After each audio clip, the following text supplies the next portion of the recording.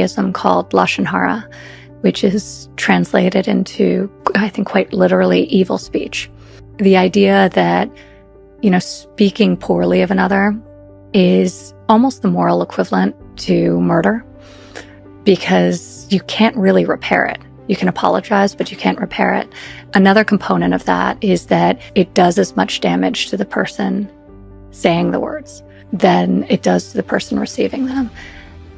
And I think about that a lot. I talk about this concept with my kids a lot, and I'm not willing to pay the price of that fleeting and momentary satisfaction of sort of swinging back, because I think it would be too expensive for my soul.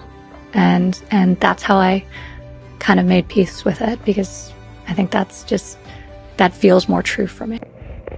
And she's right, because it is like murder. A person that speaks lashon hara, what happens is lashon hara is evil speech. Evil speech meaning it's basically gossip. That's what lashon hara is. Why is gossip so bad? Because in the Old Testament, Moses' sister talks about Moses.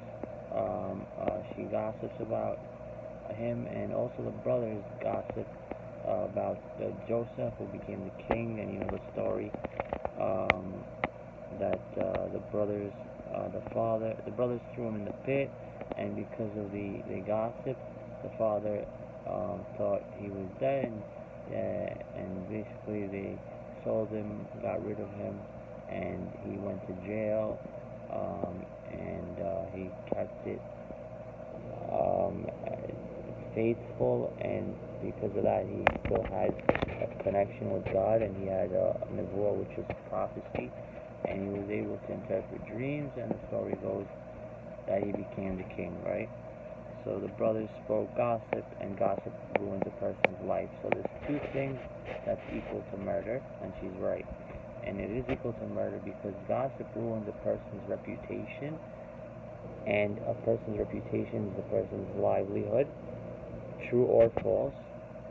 False is called moti shamra, which is worse. But even true, why do you have to speak and ruin somebody's name?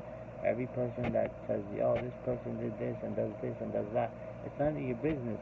All you're doing is you're ruining somebody else's name. Keep that person's name out of your mouth. Jews, non-Jews, everybody hates it, but God hates it the most.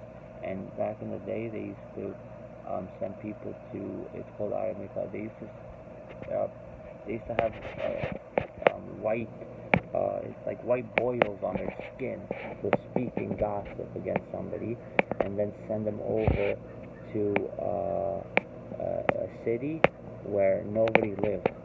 So they were isolated until that stuff went away from the body, until God had mercy on the person. Two, the second thing that's equivalent to murder is when somebody embarrasses a person in public. His face turns so red that it's like you murdered him. If you know how it feels, if someone, God forbid, people have been embarrassed in public, basically it's like murder. It's like you murdered him. You embarrassed him in public. He feels like he wants. Some people feel like they like death is more is more. They at that spot they feel like they would I don't want to say it, but they feel like death is better than being embarrassed in public. So that's great, and that's what the Torah says, meaning the Old Testament, the first book. What Moses wrote down, the first person who ever knew how to write Hebrew, the first language taught by God, the Old Testament. Anyways, guys, please don't forget to like and subscribe, and that way more women around the world and more people and Jews around the world can see videos like this if you guys like it.